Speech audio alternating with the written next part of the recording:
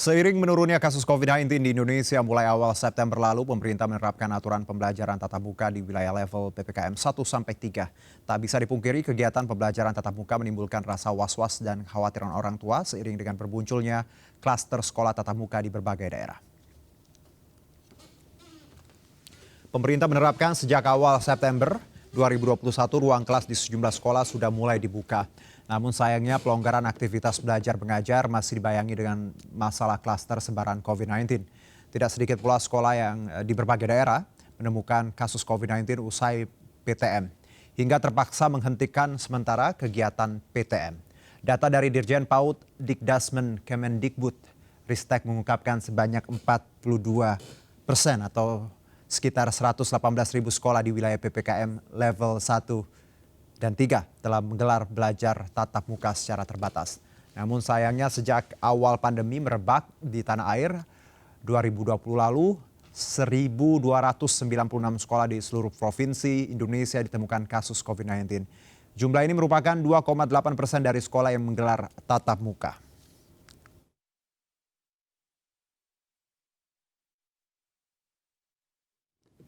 Ya, upaya pemerintah untuk menekan penyebaran COVID-19 terus digencarkan setelah memberikan izin vaksin pada anak usia di atas 12 tahun dan kini pemerintah berencana memberikan izin vaksin kepada anak 5 hingga 11 tahun.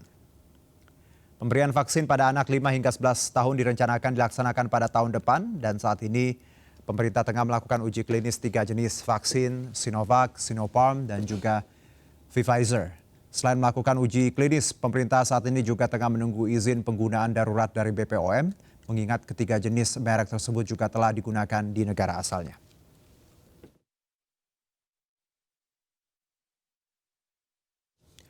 Pemerintah tengah melakukan uji coba 3 jenis vaksin COVID-19 untuk anak usia 5 hingga 11 tahun, namun sayangnya sejumlah kalangan masih mengkhawatirkan keamanan vaksin tersebut. Lantas bagaimana dokter anak merespon kekhawatiran orang tua? Dan benarkah resiko anak 5 hingga 11 tahun terhadap COVID hanya 0,0001%? Sudah bergabung bersama kami melalui sambungan Zoom dengan dokter spesialis anak, Dr. Kanya Ayu Paramastri. Selamat sore, dokter. Selamat sore, Mas Dino. Sehat ya, dok? Sehat, alhamdulillah. Alhamdulillah. Sebelum saya bertanya soal vaksin, apakah benar, dok, dari penelitian atau data yang Anda dapat bahwa resiko anak 5 hingga 12 atau 11 tahun ini terpapar COVID kecil seperti itu?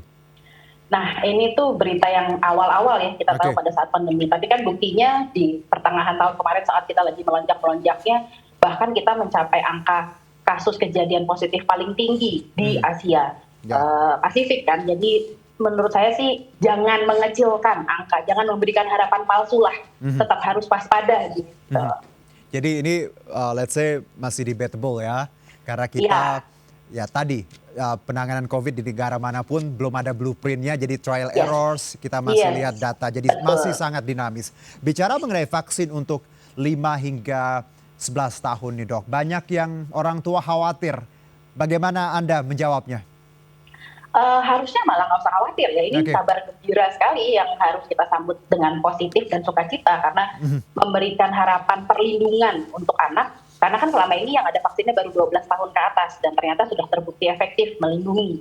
Dan sekarang penelitian dari 5 sampai dengan 11 tahun juga sudah ada beberapa penelitian yang bisa mengeluarkan angka efektivitasnya, bahkan salah satu vaksin bisa memberikan efektivitas perlindungan sampai dengan 90,7%. Itu angka yang sangat tinggi gitu ya. Jadi menurut saya jangan khawatir, ini malah suatu hal yang sangat super excited untuk nanti untuk dikerjakan. Gitu. Iya, karena ini sebenarnya kabar yang sangat baik. Karena kita menanti sekali untuk adik-adik, anak-anak kita yang di bawah usia 12 tahun untuk mendapatkan vaksin. Nah, bicara jenis vaksin, kita tahu ada Sinovac, Sinopharm, dan juga Pfizer yang saat ini masih menunggu izin seperti itu. Tapi di negara asalnya mereka sudah menggunakan ini. Anda melihat ketiga vaksin ini, apakah memang cocok untuk anak-anak? Kalau dari penelitian uji klinisnya sih sudah terbukti efektif dan aman ya untuk digunakan. Ada satu lagi Moderna juga sudah melakukan penelitian, terbukti aman dan menimbulkan antibodi. Namun memang penelitian masih terus berlanjut untuk bisa mengeluarkan angka efektivitasnya berapa. Tapi dari beberapa penelitian yang sudah dilakukan terbukti aman untuk digunakan dan efektif untuk menimbulkan antibodi COVID terhadap anak-anak usia 5-11 tahun. Bahkan ada satu vaksin yang saat ini sedang penelitian di Kuba untuk anak usia 2 tahun, mulai 2 tahun. Jadi itu kabar gembira lagi juga, semoga bisa segera ada hasilnya, bisa segera kita kasih juga ke anak-anak kita. Jadi hal-hal seperti ini harus kita terus, tadi literasi terkait ini harus terus diteruskan ya dok ya, kepada orang tua, kepada ya, karena kita tahu banyak kekhawatiran ketika anak kecil akan divaksin seperti itu. Nah, bicara KIPI atau side effect setelah kita vaksin dok, ada banyak kekhawatiran juga karena kita tahu kita orang dewasa saja kan beberapa ada yang demam, ada yang pusing ya. Kalau saya pribadi kemarin Sinovac, alhamdulillah tidak ada apa-apa. Bagaimana dokter ini melihat kemungkinan KIPI pada anak-anak nantinya? Oke, sebenarnya KIPI pada vaksinasi bisa terjadi pada vaksinasi bukan hanya vaksin COVID saja. Jadi semua jenis vaksin bisa berisiko menimbulkan KIPI. Ada KIPI-nya. Betul. Yang paling sering terjadi adalah risiko lokal, yaitu pembekakan, nyeri, kemerahan, gitu ya. Atau yang sistemik, maksudnya yang berefeknya ke seluruh tubuh seperti demam, kemudian nyeri otot, nyeri sendi. Dan itu adalah hal yang wajar yang dapat ditimbulkan oleh vaksin jenis apapun, tidak hanya vaksin dari COVID saja, gitu. Yang paling sering dikhawatirkan orang tua kan vaksin DPT tuh biasanya sampai ada yang dok mau yang tidak demam, mau yang ini. Padahal semua jenis vaksin tetap sama resikonya. Nah, si COVID ini ya harusnya lebih ringan daripada si DPT itu. Tapi kalau membicarakan KIPI, semua jenis vaksin akan ada risiko yang sama menimbulkan KIPI. Tapi tergantung daya tahan tubuh si orang tersebut. Dok, kalau bicara mengenai persiapan untuk anak sendiri mendapatkan vaksin, kalau kita orang dewasa mungkin akan lebih mengerti, dalam artian kita bisa tadi harus dalam kondisi fit, makan cukup, istirahat yang cukup. Kalau anak sendiri treatment apa yang harus diberikan orang tua sebelum? Ya betul, sebelum diberikan vaksin COVID ya, pada prinsipnya sama, kondisi anak harus dalam kondisi sehat, tidak demam, misalnya pilek-pilek ringan sedikit, anak masih aktif gitu, mungkin masih bisa tolerable ya, tapi diharapkan kondisi anak fit dan prima, itu jauh lebih baik. Kemudian dengan jarak antar vaksin yang lain sebelum maupun sesudah kita sarankan sebenarnya berjarak 1 bulan. Nah, bila pasca terinfeksi COVID, pasca positif, maka sebaiknya menunggu 3 bulan baru kita vaksin. Itu sama sih sebenarnya sejauh ini informasi yang ada masih sama seperti anak di atas 12 tahun. Tapi tetap seperti Mas Juno bilang akan ada update-update ilmu terbaru, siapa tahu nanti ada penelitian terbaru, pasti akan berubah. Baik, dok, kalau kita bicara kondisi Indonesia yang saat ini cukup landai, walaupun kita tidak boleh lengah ya, karena angka-angka cuma hitungan, kita tidak tahu bagaimana nantinya di lapangan. Seberapa penting Anda melihat vaksinasi untuk anak di 5 hingga 12 atau mungkin nanti ke depannya di bawah 5 tahun, seberapa penting untuk Indonesia? Sangat penting sekali, bukan hanya untuk Indonesia, untuk semua negara di dunia, karena kita mengatasi pandemi yang terjadi worldwide kan, nggak bisa seperti yang Mas Juno tahu, varian COVID, virus COVID itu berganti-ganti dan terus bermutasi. Menurut saya ini virusnya sangat pintar. Jadi kalau satu negara aman tapi negara yang lain tidak dan lalu ada kunjungan seseorang dari negara tersebut, tetap saja dia ada risiko membawa. Jadi memang harus worldwide itu satu dunia ini kita bekerja sama untuk mengatasi si pandemi COVID ini bersamaan. Jadi tidak ada alasan untuk orang tua melarang anaknya untuk divaksin ya dok, karena ini untuk kebaikan bersama. Dan bicara mengenai kebijakan publik baru-baru ini dok, mulai dari anak-anak yang sudah boleh mengakses beberapa tempat publik, juga boleh traveling, boleh naik pesawat seperti itu. Anda melihat bagaimana yang harus dilakukan orang tua? Apa yang harus dilakukan agar anak-anak tetap bisa beraktivitas di tempat publik yang sudah dibuka, namun tetap bisa terhindar dari COVID? Pada prinsipnya sih satu, kalau bisa, kan kita masih dalam kondisi pandemi nih, memang angka melandai, angka turun, walaupun belum zero, tapi jangan euforia, jangan langsung tiba-tiba seolah seperti sudah tidak ada apa-apa. Jadi kalau bisa tidak pergi, kalau bisa tetap di rumah akan jauh lebih baik. Sampai dengan angkanya benar-benar aman, atau vaksinasinya cakupannya cukup tinggi, atau bahkan sampai dengan usia anak-anak sudah mendapat vaksinasi, barulah kita sedikit lebih relief ya. Jadi keluar hanya bila diperlukan, contoh rumah sakit, atau seperti tadi Mas Juno bilang ada PTM ya, pertemuan tatap muka terbatas yang 1 kali seminggu karena dia harus ke sekolah, jadi boleh. Tapi kalau untuk ke mall, taman bermain, mungkin sebaiknya tidak dulu. Sabar sedikit. Tadi kan informasinya adalah akhir tahun atau awal tahun depan kita ada info vaksin. Nah baru deh setelah itu agak sedikit longgar. Tapi saat ini sabar. Tadi epidemiolog juga menyebutkan sebenarnya akhir tahun ini ujian kita, Dok.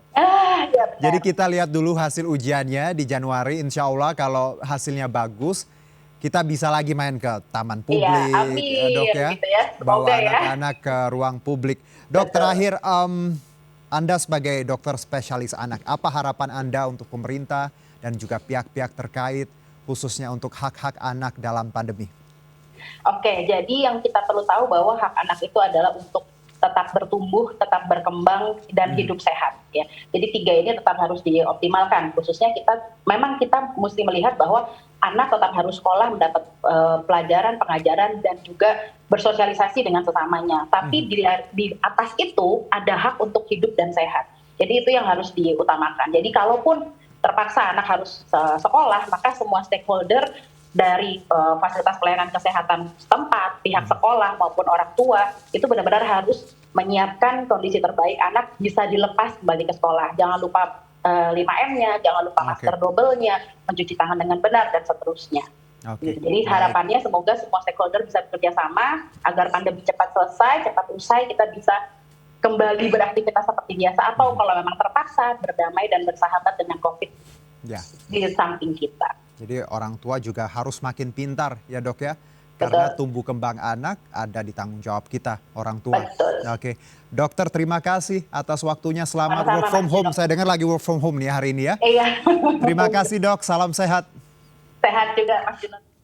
Baik, kita lanjutkan. Pemirsa, pemerintah resmi menghapus cuti bersama Natal pada 24 Desember mendatang. Penghapusan cuti bersama untuk mengantisipasi gelombang ketiga COVID. Pemerintah menetapkan untuk menghapus cuti bersama Natal 2021. Sehingga pada tanggal 24 Desember 2021 tidak ada libur tanggal merah seperti tahun-tahun sebelumnya. Ditiadakannya cuti bersama Natal 2021 tertuang dalam surat keputusan bersama Menteri Agama, Menteri Ketenagakerjaan serta Menteri Pendayagunaan Aparatur Negara dan Reformasi Birokrasi tentang Hari Libur Nasional dan Cuti Bersama 2021. Libur yang berkepanjangan itu akan terjadi lonjakan COVID-19. Pada saat ini COVID memang landai, tetapi ancaman gelombang ketiga itu tetap menghantui atau tetap kemungkinan ada. Tentunya langkah diambil untuk melindungi rakyat Indonesia. Penghapusan cuti bersama untuk mengantisipasi gelombang ketiga COVID-19. Ya, informasi lainnya akan kami hadirkan sesaat lagi. Tetap bersama kami di MNC News.